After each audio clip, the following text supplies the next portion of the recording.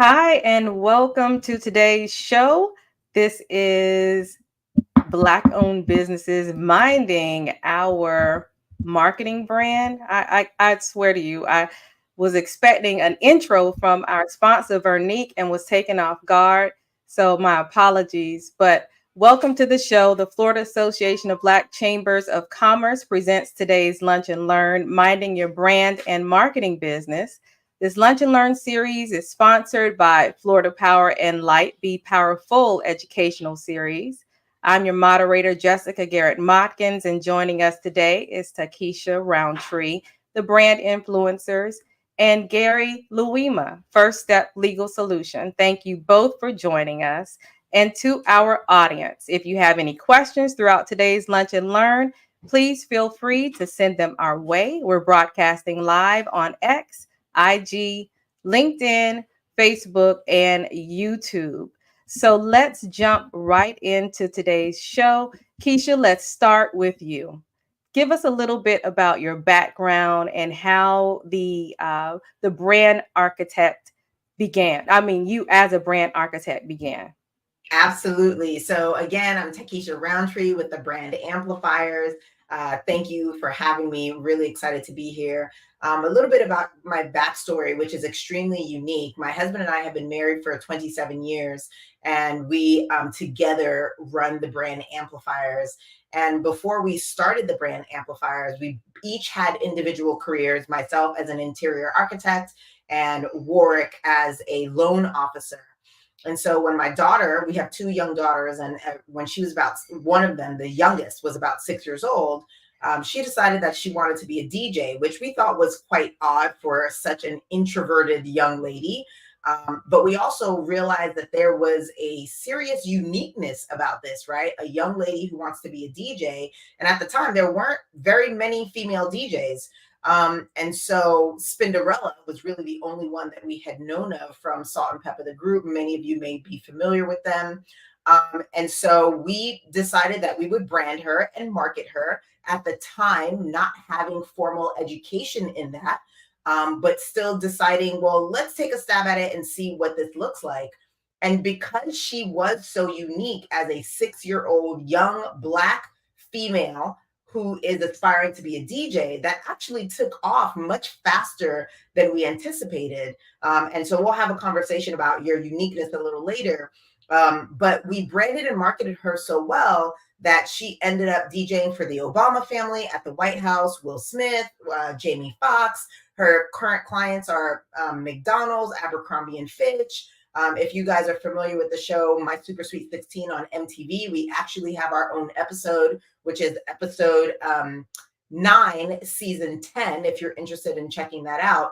But that is how we got started. And so as she got older, people started asking us to help them. And therefore, the Brand Amplifiers was born about 3.5 years ago.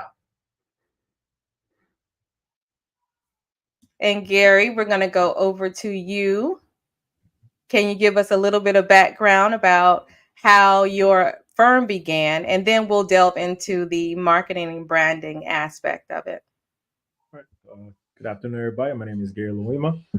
My firm started right out of law school, which is not a common thing for attorneys to do. But I saw a need for legal representation for small business owners. Coming from a family filled with small business owners, my father owned a lawn service company for over 26 years. When I had my first job, I was 13, cutting grass with my dad and his employees. And I saw how he ran business. I had other family members who run businesses, mechanic shops, real estate brokers, stores, and different things. So I was around that entrepreneurship environment. And then my last semester in law school, I was a bankruptcy clerk. So now I saw all the back end of entrepreneurship when it doesn't go too good, right? The bad contracts, the bad partnership agreements, the bad loans, the economy, right? And different things affecting that. And I saw that a lot of these business owners, if they had competent legal counsel, they would not have been in those situations. So I wanted to step in and be that person. So I'm an entrepreneur that advises entrepreneurs, and I help to just through bankruptcy, you help reverse engineer. We're not going in that path. We're going to head on the road of success, and I help to build businesses in that way. I like that. That almost sounds like it would have been a tagline. I'm an entrepreneur that helps entrepreneurs. I love that. Okay. Keisha, let's look at maybe if you want to talk about your daughter's brand, but I would like for you to think back in your career as you've been doing this. Give us some key elements that you see that really defines a strong brand, because Black businesses, we need to have strong brands. So give us a little insight into what a strong brand would consist of, some key So elements. absolutely. So it's so funny that you would ask this because not this week, I actually created a post that was about all of the elements that you need for branding. The first is your name. And a lot of people don't really think about the importance of a name outside of choosing something that they like. But I will tell you that your name should not work as hard to garner attention, nor should it work as hard for people to know what you do just by looking at it. And so us as the brand amplifiers, right? It's like very, it's very suggestive. Like people are very clear on what it is that we do. We amplify brands. So even when we walk into a networking event, if we're wearing any brand amplifiers apparel, people will walk up to us. We don't have to walk up to them and tell them what we do. People are very aware and they'll say, oh my goodness, I need your information. I just started a business, or I've been in business for XYZ amount of time. I'd love to know more. Can we set something up? Right. So us walking to a room with our name immediately drew attention to us without us having to do so much work. So your name is extremely important. And there's different types of names. But your name is very important, and making sure that your name stands out and it's very clear what you do. I'll leave it at that. Your logo is extremely important, right? Then there's your colors, your font. Like colors especially evoke certain types of emotion.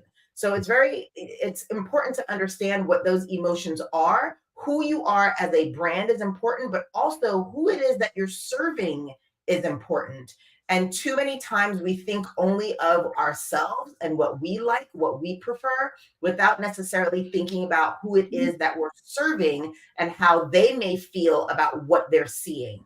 So Mhm. that's important. Your fonts are Excellent. important. And if you want to stop and have conversation about any of those, please don't. You can do that.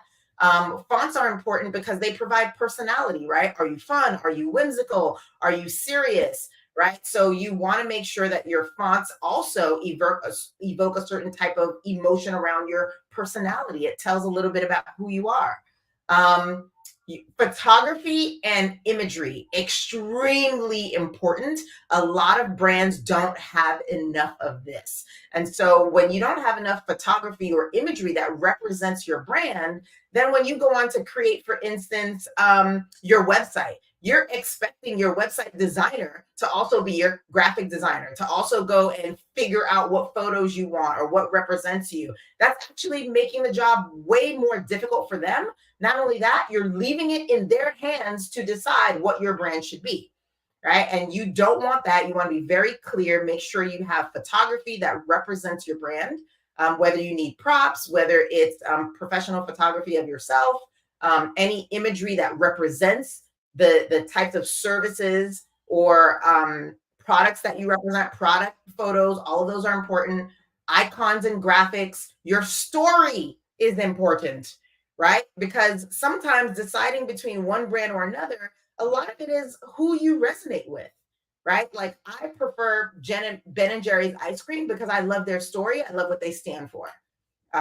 So that's extremely important. And then we get into values, mission, your brand's archetype, your language is extremely important, and your voice and tone. So I hope you guys wrote that down. I will say them very quickly again, just so that you can write them down. But that's name, logo, colors, fonts, photography or imagery, icons and graphics, story, values, mission, archetype, language, voice, and tone.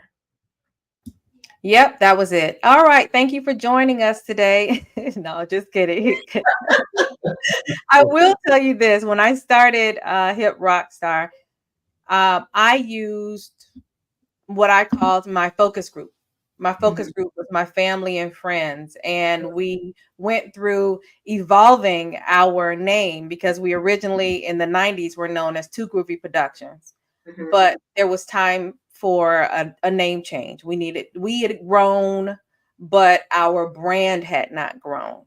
So we pulled all of our team and wrote down a bunch of names, and then we fielded those names out to our friends to try to see which were the top 3 names that we should work from.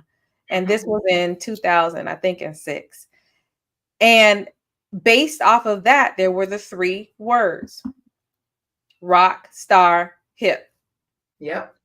We played with those 3 words and decided not to get rid of any of them and put them together so that it was something that people would gravitate to. And to this day, we have people coming up to us as not with our branding on, but when they hear the name, they'll say to us, "Oh yeah, I've heard of your company before." And I'm thinking, that's great. But then the other part of me is like, no, you haven't. You haven't heard of us, but you're drawn to those words that we've branded our name as, which that it goes to what you were saying. You want people to have a connection. And then you Yeah. talked about stories. You laid out the story about your daughter. No one is going to forget what the brand amplifier is. They're not going to forget it because that story has resonated with them. There was a human interest aspect to that story that if you're a parent, you can relate to it. If you're a dreamer, you can relate to it. If you're an aspiring entrepreneur, you can relate to it. So you've connected immediately with that person who's listening to you. Now, Gary, I know that you are not necessarily going to give us the 101 of marketing and branding, but I do feel like because you're the entrepreneur legal team, what would you add to that discussion? Because there is a legal aspect of this. 100%. And Ms. Roundtree, that was just excellent. Chef's kiss. That was great. The breakdown.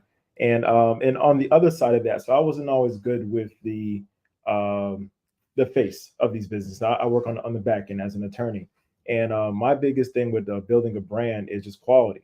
You have quality services, quality goods, right? So you're creating, developing systems, and on my side, that's me drafting contracts and different things to create those uh, partnerships and connections to implement those systems to crank out, good services and good products, because that person's or that customer, that client's interaction with you is an experience altogether. And what are you doing to make that experience unique, right? Because we're all solving a problem. So if they have a solid connection or a solid experience with you, then that helps to build your brand, because they're going to talk about it. They're going to Instagram it. They're going to everything, communicate with their community on what it is that you're doing as a whole. Nice, nice, nice. Keisha, let's go back to you.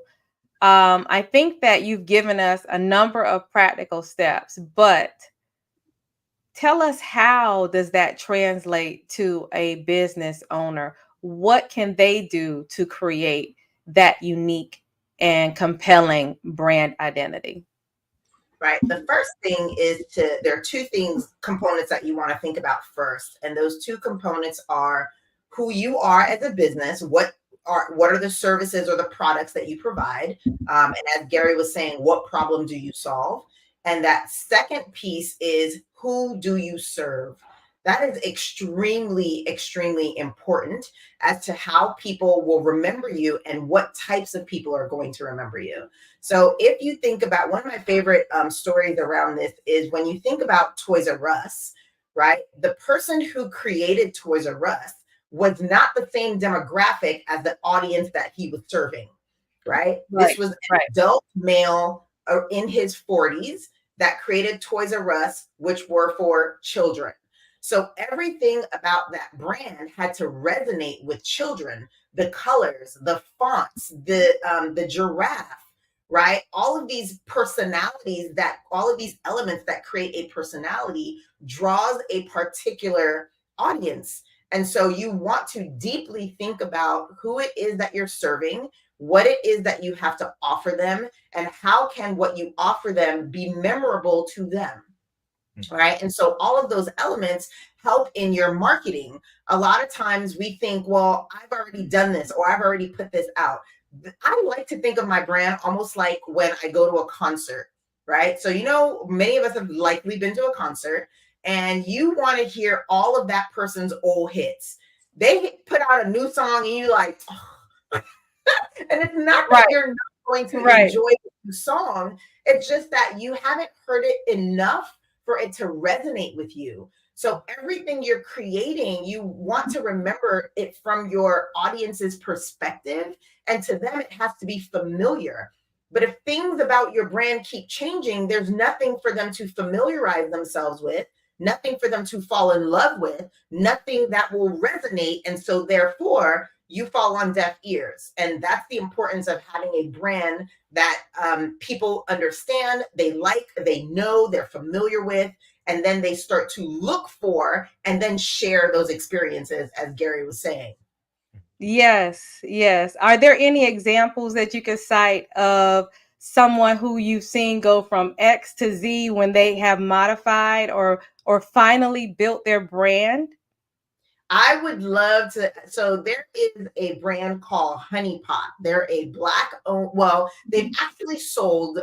They're no longer Black owned, right? But they definitely have gotten themselves to popularity. Number one, because they were Black owned. A lot of that has to do with their story too, right? So earlier I was saying, a lot of times we hide what's unique about us, when in fact what is unique about you is what makes you special and what makes a community gather around you. And so when they first started, I don't even remember what their name was, but now that we know them as Honey Pot and we know that they are feminine, they're like feminine care products. We know that it was created by a Black woman.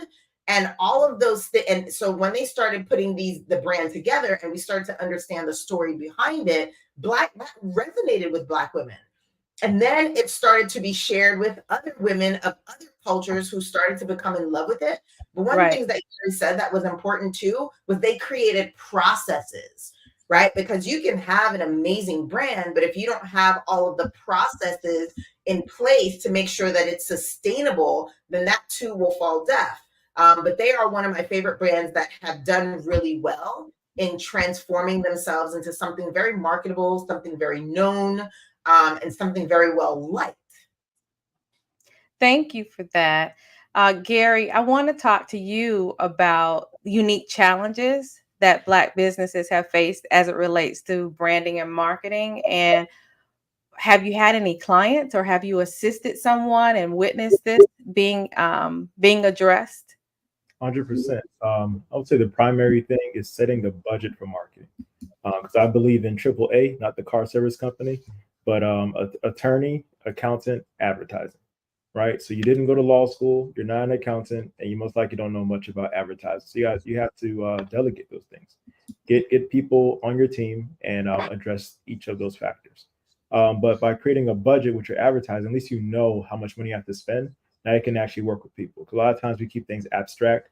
Oh, I need marketing, I need this, I need that. You can post a few things on social media, but you don't understand the insights. You don't understand how to target things better, or what's called a Facebook ad manager, which can get complex, right? But there's people trained in those things, right? Create a budget, put money to the side, and have that addressed by a professional who can, so you can see some return on interest on your investment there. Return on investment, sorry. Another thing too is protecting the brand. So I also practice, as addition to corporate law, I practice trademark law, right? So when you have a brand, people can copy it and that can dilute your brand, right? So if you're doing good work down here in South Florida and whatever industry that you're in, but now somebody's copying your brand in Houston, Texas, New York, and they're not doing a good job, that hurts you because you're going to associate what they're doing with what you're doing because they can't tell the difference, right? So by protecting your brand from a legal standpoint, with a registration of your trademark and other things with the United States Patent and Trademark Office, you can really set your brand apart and make sure that it's exclusively used by your company and nobody can dilute it. And if they do, you can call me up and we can shut that down. I like that. They can call you up to shut it down. Yeah. Keisha, what are marketing techniques that you found to be the most effective in reaching and engaging a target audience? And I think that's kind of a trick question because every target audience may not be the same place, but tell us a little bit about what you're suggesting. Absolutely. So I do have something to share with you all that are 11 questions to ask AI to market your brand better. So you guys will be getting that a bit here. But these 11 questions really help you to understand your specific audience. And the reason that this is important is because the more you know about your audience, the easier it is to talk to them and to make sure that your messaging stands firm with them, resonates with them. So I'll give you an example of something that we did not too long ago that went viral. So part of the brand amplifiers, we provide logo services. Right now, many new entrepreneurs can say, well, I can go to Fiverr and get a $5 logo. And you can. Mhm. However, what you're doing is you're giving a graphic designer who may know nothing about branding, but they're talented in drawing or doing digital work, right? They're going to do exactly what you ask them to do. So if you say, I want a red pony with pink wings as my logo, that is what they're going to draw up for you, right? It may have nothing to do with your brand, but that's what you asked for. So that's what you're going to get. What's important to understand when we're talking about who your audience is you can get so specific that it's easy to talk to your audience. And so one of the things that we put out, since we provide logo services, was an automation through Instagram. And that automation, so we created what is called a lead generation. Right. So we understand our audience very well. And we understand that new entrepreneurs, likely who don't have a logo or have a logo that's not working to their benefit, are wondering, like, why is this? So a lot of people will go get a logo. We talked about Fiverr, and you'll get just the drawing, right? And it may be a PNG, which means it has a transparent background, which is great. But now you have an opportunity to put your logo or your brand on something that needs a very large scale. And you realize when you scale it, it's blurred or it's pixelated. Now what?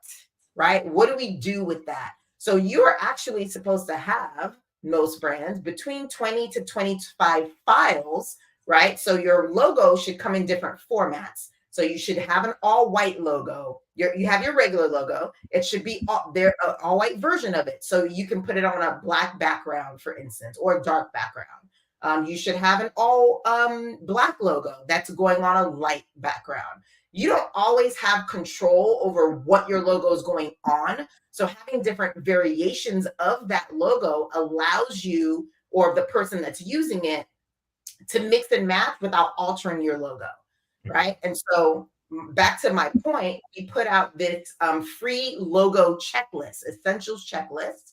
And the campaign was so that we can grow our email list. When we put this out, over 3,000 people responded to that. So an automation goes out when they respond, the word logo in our Instagram, and then they'll get that checklist. But for them to get the checklist, they have to provide their email and their name. So now I have access to people who are in business who need to create a logo so that I can provide to them my logo services. Right? So again, your question was about the best ways to market. And the best ways to market is to really understand and know your audience so you know what appeals to them so that you can get their attention, or as we like to call it, hijacking attention. So what you did was you gave us a practical example of how you were able to engage your target audience, and they may not have even known that they were an audience that would be targeted by you, but because you developed a specific campaign, a need solution based for a need that you know that many businesses have, you were able to develop that marketing tactic to pull in additional viewers of your profile of your business, where you could follow up and create a customer, and that sales funnel could be closed with them becoming a client. I think that Absolutely. that was perfect. And if nothing more, you've grown your database and you're able to engage them on other things that they may not have even known that they needed. Absolutely. 100%. 100%. How successful was that campaign, and do you still run it?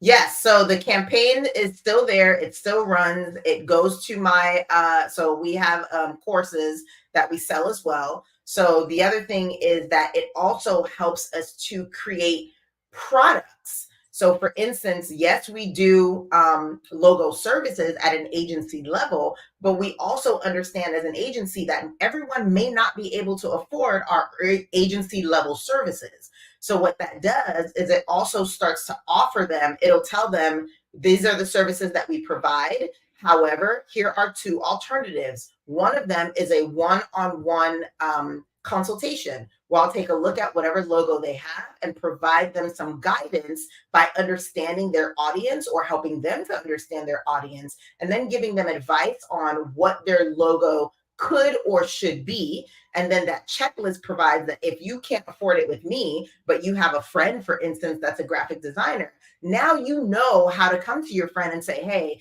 this is what I'm looking for because it works with my audience, and I need you to provide it to me in these 25 files, right? Versus you just getting this one file. So even a one-on-one with us will help you to move further faster. And then we also provide courses for those who may not want to do the one-on-one, they can't do agency service products or services, but they want to learn how to create this logo on their own, right? So that same automation is for 3 different types of people, no matter what level of business they're in.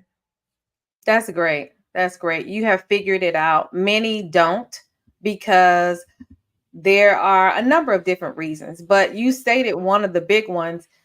Some may need assistance but can't afford your agency level of service, which is great. You've been able to scale down, for lack of a better way to say it, scale down your services to meet other businesses where they are, to assist them. I do want to throw this pointer out as it relates to marketing. Keisha brought up potentially using a Fiverr or any of the like type of services to assist you with building your logo, even Canva. But there is a part that Gary talked about earlier. There's a legal aspect to that. And I do know and you all, either one of you can jump in on this. They're just because you paid them to create that logo does not necessarily mean that you have the rights to own that logo, unless it is a part of the negotiation process that you have up front. Many times you may not even get your EPS design file once you have paid the $5 or the $15 that you've agreed to. Do you all have any conversation about that? I do. So the advent of AI, a lot of people are using apps or different programs to generate their logos and things, and they don't see that when you sign up for this software, it says that the company owns the intellectual property, whatever you use coming out of that. So there's been issues with people taking logos that they got from. I think Canva has an AI as well now, and I can't even name all. ChatGPT has a image Right. generator, and a vast host of other different things as well. So they generate those images, try to register it, not knowing that the company they got it from or use AI from actually has rights in that. Or if you go to a human being, a person, like the good old days, you can. It all depends on exactly right. The negotiation, the contract. Well, who has the rights in the intellectual property that's going to be produced? So you want to make sure that you have them, so that way you can fully own whatever it is that you have there. Because it'll be very tragic to have a brand spend all this money, because you're not just buying the logo, you're going to be putting it on shirts, on billboards, on print, on so many different things, social media. You're investing all this time, money, generating all this goodwill. To have that stripped from you would be tragic altogether. So you want to get this right in the beginning. altogether. Keisha, Absolutely. did you have anything to add? Well, yeah. So Gary is 100% right on that.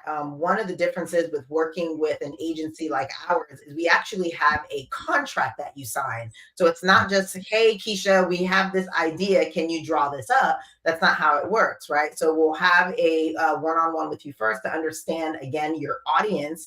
And then once we come to an agreement as to how we're moving forward, you actually will get a contract that states you own the rights to whatever we produce for you for this dollar amount, right? And so you don't have to be concerned that later on you get popular, become well known, you're on Forbes, and here we come like, oh, remember us, we own that. You don't have to be concerned about that. So Gary, thank you so much for highlighting that, because that's exactly one of the things that we provide is you knowing that you own the rights to whatever it is that we've produced under the brand amplifiers. I do want to add to that as well, because even after you work with a graphic designer or AI, whatever the case may be, you still have to do a trademark search. So we have to see if it's even quote unquote registerable, because you can have the most quote unquote unique idea, right, in Tallahassee, Florida, but there might be somebody in Chicago with a very similar idea. So now when you go to register your trademark, you have this conflict, and they can file an opposition, right? So it's good to consult with an attorney even after you finalize your logos, so that we can go back and we can make the small changes. And you'd be surprised how small changes I'm talking about. I have a food brand that works with a professional athlete, and they're doing a lot of great things, but they went to register their mark and it got denied, right? They called me up and they paid me a bunch of money to determine that all we had to do was put a hyphen in their name, right, Wow. in the logo. So it's good to get those things going before you register, before you invest all the time and money. So that way, if you have your graphic designer or your logo generator working in tandem with your attorney, your life could be so much easier. That's great, Gary. Now you touched on something completely separate, but my mind immediately went to this trending topic. Yeah. Can people trademark phrases? I've seen this meltdown about the person who created very demure and something. He's he or she, I'm not sure. They're describing a feeling, and supposedly someone trademark the phrase, and then now they're trying to figure out how can they obtain the rights to it. And then there were people in the comments talking about in use and the amount of time that they posted this information. I'm not sure if you're familiar with the actual situation that I'm talking about, but I would love to get your insight as it relates to that.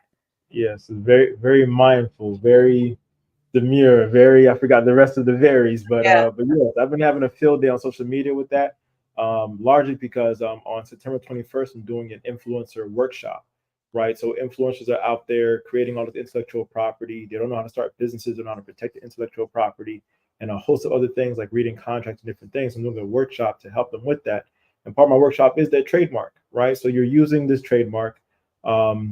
When you're using this phrase, you can trademark a name, phrase, logo, design, right? So she wanted to trademark a phrase, which she has all the rights to do, but somebody else beat her to the punch, right? But just because somebody's wants to register your trademark, they have to prove that they've been using it, right? And when you have as much proof as going viral, right, it's difficult to just take the trademark and run off with it when this person has all this evidence. I've been using it on this timestamp date, and you can't prove that you were using it before me.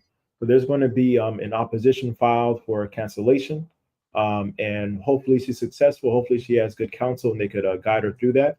But just because somebody copies you does not mean the end of the world. And as you can see, I think another video went viral when she was crying, right? Because she probably has put a lot of money behind her marketing efforts, and she's gained all this clout and attention. So to have that all stripped away or possibly stripped away can be devastating if that's where you put in your time and effort. So again, be mindful, be very mindful, and get an attorney and protect your intellectual property. I have one more question. I saw another case where someone was copying the content, and not necessarily graphically, but they were reenacting the situation that would go viral. And one content creator said that they were suing the other content creator because they were posting the same exact content after the second person, which really, we see that all the time though. We see many people who are imitating other situations. But for this case, they said that they were going to sue the other content creator. What is your stance on that or thoughts on it? That's going to be difficult. So now we get into like copyright law. So trademark protects the source of something. So when you hear something, see something, you know where it's coming from.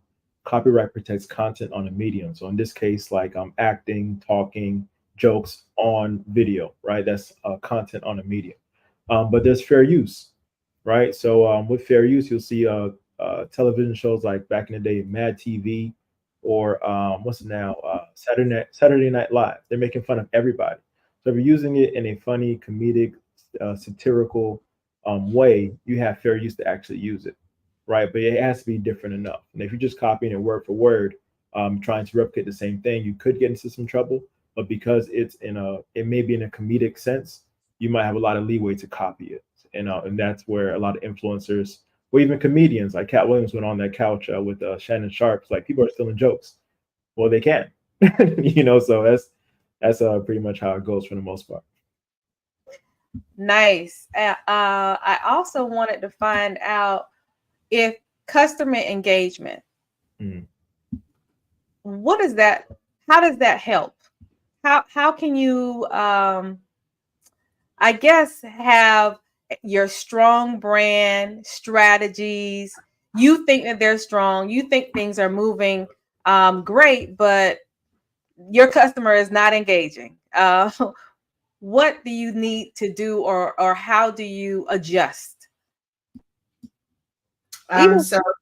So there's a lot of things, right? Like the way I like to look at it is the reactions I get is a manifestation of my work, right? So if in the event I'm not getting enough engagement, that means that I'm still not providing my audience with what it is that best resonates with them, right? Just because you like it doesn't mean that they'll like it. Again, we keep going back to what is important to them. And then you have to understand the platforms in which you're working with and how they work. So you have to work in tandem those two things. So for instance, on Instagram, I would advise that all of you follow, his first name is Adam, but he is the one who tells us about how Instagram works and the algorithms that they're changing and why and how things work, right? And he recently talked about, when we're talking about engagement, what are the most important analytics or engagements that they're paying attention to, right? So when you see something, think about how you receive information. When you're on Instagram and you're flipping and you stop, think about what made you stop to pay more attention to this particular thing. Obviously, it's interesting to you for a particular reason, right? Who has a lot to do with it, right? So you want to make sure that you are out there, because a lot of y'all will say, I don't want to be on camera. Well, what you're not understanding is sometimes it's you that people want to see. Things that I put up that don't have me in it don't do as well as those that do. It just is what it is, right? So it's how people are receiving information. Video does better than a post or a carousel because people engage with video more. What Instagram rewards more are shares and saves, right? So it's one thing to like something or to see something. You guys see a lot of things that you may not actually like. Like you liked it, it was funny, but you didn't hit the like button. Right. And then there are things that you liked so much, you shared because you found it valuable enough that you had to tell somebody else, right? It was good enough, you had to tell somebody else. That is actually Instagram's number one thing that they're saying, this is valuable because it was shared. So the way we like to create is we think about, or that we create engagement, or we want engagement, is we think about what is shareable content. What is something that people will see and go, oh my God, I need to share this, right? And again, based on who your audience is, what are you giving them that's shareable or savable? So I know that if I give you a list of things to do to get something that you need done, you're more likely to save it than if I just tell you a story. Stories are great, analogies are great, but if I give you a list, you're not going to remember that. So you're going to save the content. I hope that made sense. I hope that answered the question. I think it did. I think it did. And I just want to encourage you all who are viewing. If you have questions, comments, drop those in the chat, Instagram, Facebook, YouTube, LinkedIn. Drop those questions in, and Brandis and the other team members will get those questions over to us. I think you did touch on this next question that we said we were going to talk about, which was, and Gary, this is for you or Keisha, about businesses using data to inform their marketing decisions and to identify new marketing opportunities. We lost Keisha. I'm not sure where she is, but hopefully she'll be coming back. Gary, let's talk to you about informing audiences on marketing decisions. Do you have any comments as it relates to data? Yes. So using that data, you can really decide where you're going to focus your marketing efforts as far as who needs help. Right. Okay, we're back. As far as Welcome who needs help. back. Okay, Gary, go ahead. I'm sorry. No problem. So with that, just using data to be informed in your marketing decisions. Touch on that topic. Um, yeah, as far as myself, the data I use is like usually economic data, what's going on with different trends that happen economically, which impacts entrepreneurs. So that way I know what kind of information I need to put out there.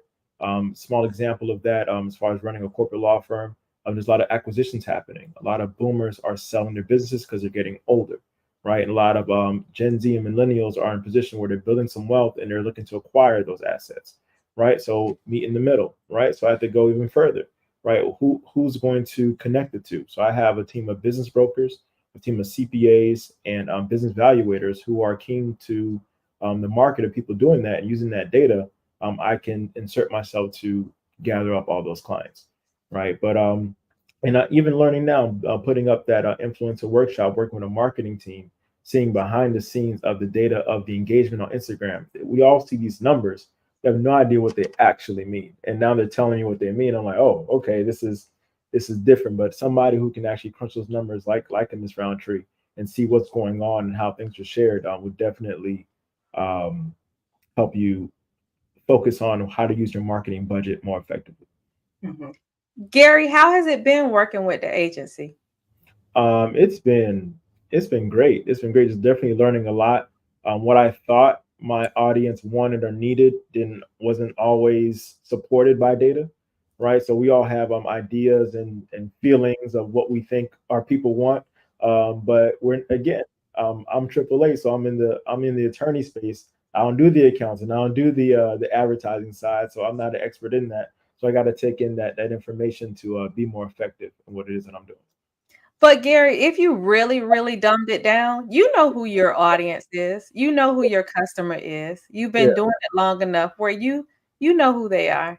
I yeah. do believe strongly that as business owners, when you are very passionate about what you do, you may not fall in the category of someone who crunches the numbers or knows the legalese or even the marketing aspect of it. But there has to be a level of understanding for all aspects of being an entrepreneur and a business owner. You don't have to do it all. You don't have to be the expert at it, but for the most part, you get it, and you can really know whether or not if this is the right move for your company. Keisha, I think you were going to comment about something before you dropped off as it relates to using that data to inform your business decisions and how you continue to market. Yeah, so I like what Gary just mentioned about how he thought one thing about what his audience wanted, but the numbers were showing something different, right? And so how he started to create around that. A lot of times you have to think through what your service is and how people may not understand it the same way that you do. So it's not a lot of times that you're doing it wrong per se, but it may be the language around it. So one of the things we notice is we know for sure that a lot of businesses are not tuned into their buyer persona. However, if I started to market a class around buyer persona, a lot of people are not going to tap in. We know, we've tried it, because they don't know it's something that they need, or they're just like, I know who my audience is, I don't need that. And so they won't buy this. But if I said 10 ways to market your business better, they're like, ooh, that's what I need. I need to start marketing. And a lot of people who are ready to start marketing don't even have a brand. So it's like, what exactly are you marketing? But they don't know this yet. So we have to speak the language that we know that they'll be more attracted to, which every time we post and we take a look at our analytics, it'll break down. Oh, this went well, so people must be interested in this. So we're always trying to figure out what people are interested in, but still providing them with what they need on the back end. Right. So it's like if somebody tried to sell you broccoli juice, you'd be like, no, thank you. You know, but if it had a catchy title, you understood what it did for your body, you'd be like, oh, let me get 2 of those. You know, so it's again about language and how we're presenting something, which is why it's important to understand your audience, because what you need to provide to them may not be what they think they need. That's great. That's a great point. I think that comes sometimes with like what we did in the beginning with that survey, just trying to drill down what is it that's going to target and reach our potential audience, what gravitates to them. Gary and Keisha, let me get this next question. They did so good with the questions.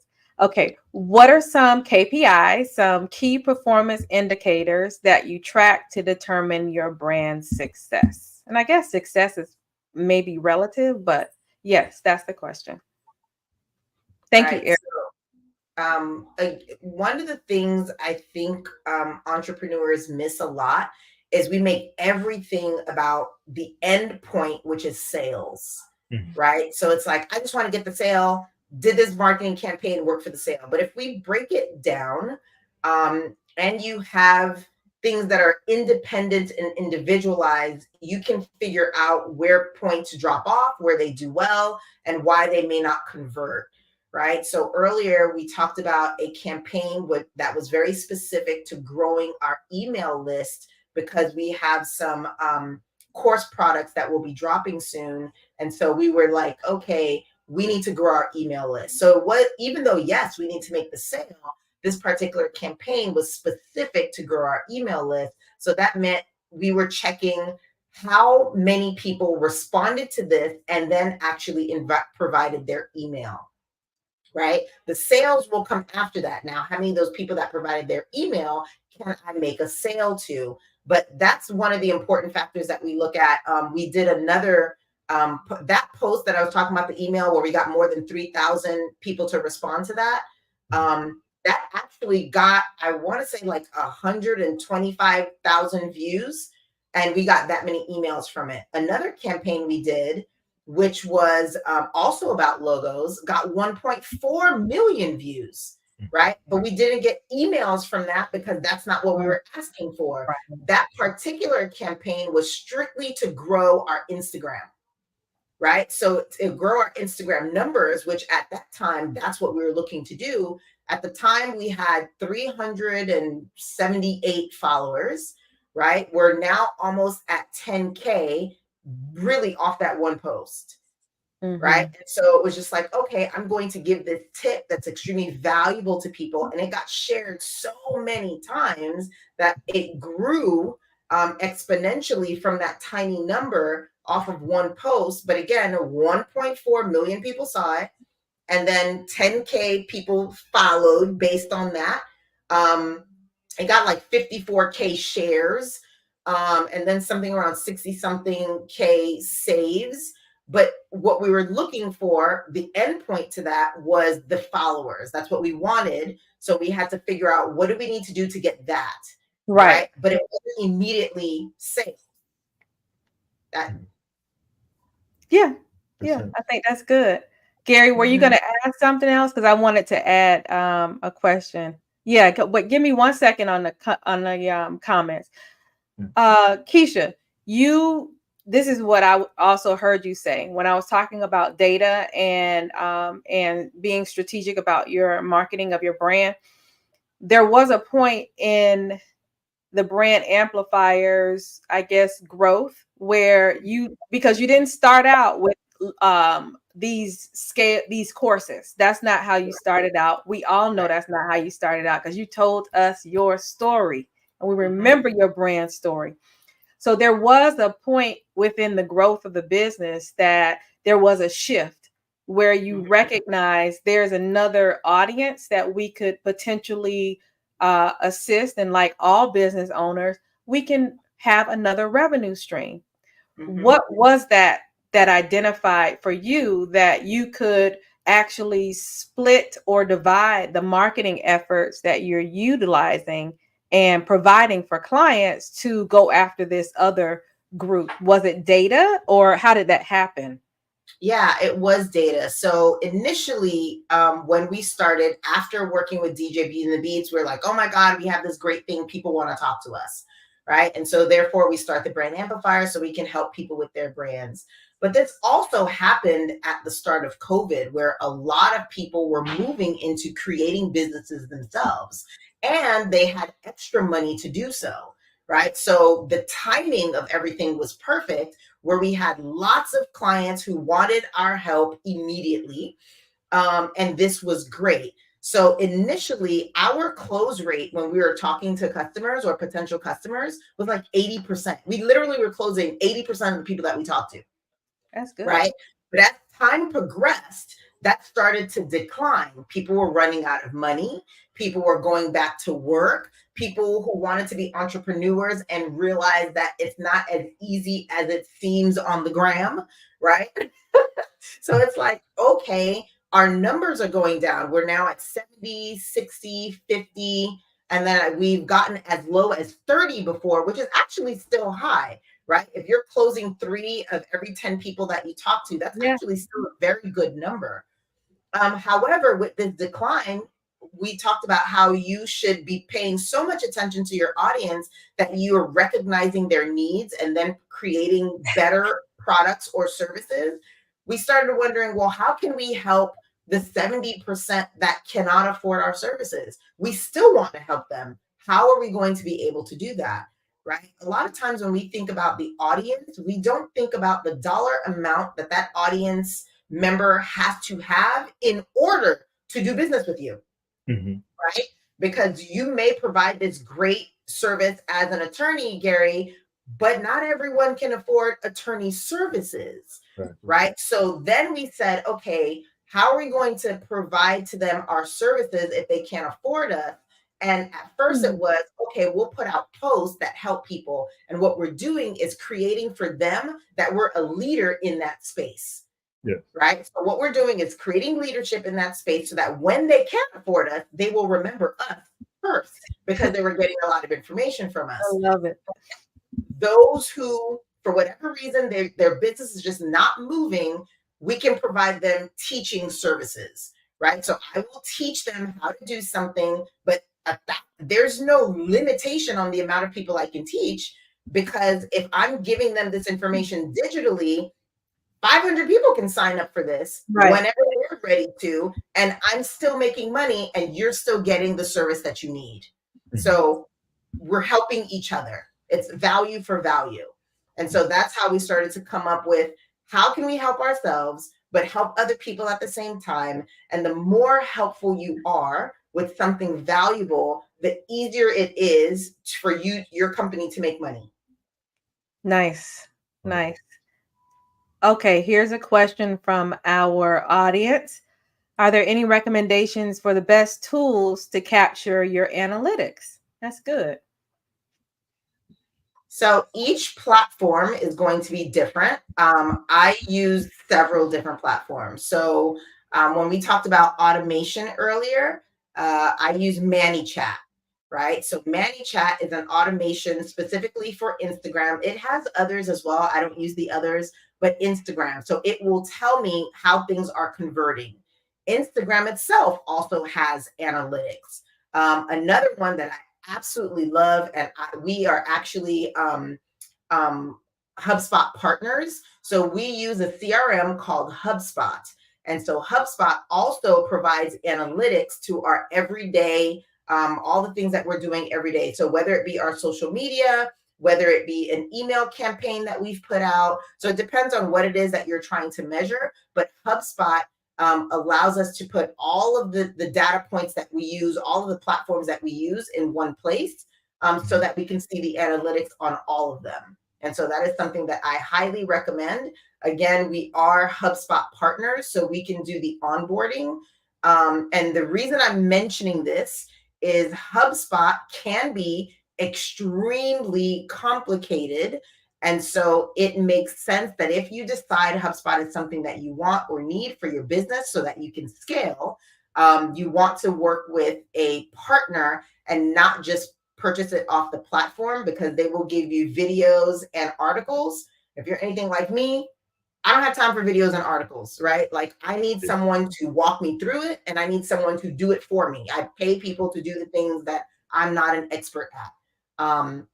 And so we are HubSpot partners and can onboard you, and we'll ask you questions specifically about your business to build it out specifically for you and understand the analytics that you want to pay the most attention to, and create reports so that you're always seeing how all of your campaigns are doing. Perfect. And Gary, are there any analytical tools that you're able to use? You said that your agency showed you the numbers. Did they tell you where they were able to retrieve those numbers from? They definitely did, and I'm gonna leave it to them. Okay. I just so on my side, I'm just tracking the numbers. I know we are talking about KPIs earlier, but client acquisition cost is huge. So knowing where to direct your money. So I'm just focusing on my business aspect of the money, and everything else hand over to a professional, and they'll know exactly, like we just spoken, which platforms to use in that space. Thank you so much. I don't want us to end without both of you being able to provide your closing thoughts Mhm. on today's show and marketing. Sometimes there's that important part that you wanted to touch on and you didn't get an opportunity to. So now is that opportunity to make sure that we have those correct closing thoughts about you, your brand, and what you wanted our viewers to be able to glean from the insight that you were able to offer. Mhm. Did you want to go first, Gary? I'll go. I'll go. Uh, One thing, as an attorney, so we're not allowed to solicit. I can't go to a business and say, "Hey, be my client," right? So we have to learn how to advertise and do different things. And even as a corporate attorney, not everybody has a business that they would need my help with altogether. So learning how to market differently. I do a lot of networking events, and I think Miss Roundtree, I think we met last week. I didn't even realize we met last week at a networking event in downtown Fort Lauderdale, which was great. But learning how to find your market, right? So I say don't chase rabbits, build a rabbit trap. You can get out of breath chasing these rabbits, chasing the clients, chasing the money, whatever it is, but build something of value, of substance for those little rabbits to hop to you altogether. And then learning how to scale. I have a book here, keep it on me at all times. Probably can't see it here, but The Theory of the Leisure Class by Thorstein Veblen. So he's an economist. It's a bit of a dense book because he's an economist, a numbers guy, and he writes very pretentiously, to say the least. But he's teaching people about the leisure class, which is like the luxury class, right? So whatever your business is, most of the time you want to scale up to provide those services to people who have that type of money. So you need to understand that type of language, what needs that they have, and it may not be something that you're accustomed to, right? So learning your audiences from a wide range of scale. And if you're providing those services to them, and you still want to provide services to people of the every day, having packages for them, like again, like workshops, education, those different things, so at least they can contribute to your business as far as purchasing whatever that you have, and also learning something as well. So when they do scale up, they can go ahead and take your services from there. And at the same time, you are reaping the benefits of having your hand in all of those worlds as well. But yes, so again, just always remember AAA, get you an attorney, get you an accountant, get you somebody in advertising, and be successful in your business, continue to grow and move. Thank you, Gary. Final thoughts, Keisha. Yes, for sure. So, Jessica, I'm going to ask just in case, but that those QR codes They will be that will, shown. They will okay, be shown. Yes, right okay. after. Okay, yeah, they're going to be Okay, up no on the problem. screen. So those two things, what you're going to get, ladies and gentlemen, are two different things. One is 11 questions to ask AI to market your business better. Extremely important. It will help you to better understand your audience. What is special about us and how we do things is that we help small businesses brand, amplify, and scale using human psychology and behavior. So everything we do is about how your audience is going to respond. And it's very important for you, especially as a Black business, to understand the importance of this, understanding your uniqueness, the value that you bring, and understanding that no one can do it like you can from your perspective. There's just no one else like you, and you want to use that to your advantage.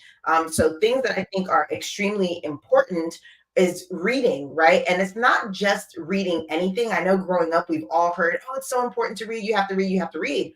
And for a long time, I thought I hated reading, but it was that I was not yet introduced to what was important to me. And Right. I was not an entrepreneur yet. So I didn't realize how much self-help books I loved. And Mm. so those things are extremely important because mindset is everything in this game. You have to believe beyond measure that you can do this, and you have every tool you need now to get those things done, right? You will grow, you will progress. All the things that need to come in line are going to come in line, but use the tools you have right now in this moment to move forward. I can't say that enough. Mindset is the most important thing to being an entrepreneur. And that's my spiel. If you guys would please follow me on Instagram at the brand amplifiers, I'd love to meet and talk to you there as well. Thank you, Keisha. Thank you, Gary. And I'm inviting all of you to join us for our next Lunch and Learn Building the Business Community and Alliance. That'll be on October the 17th, again at noon.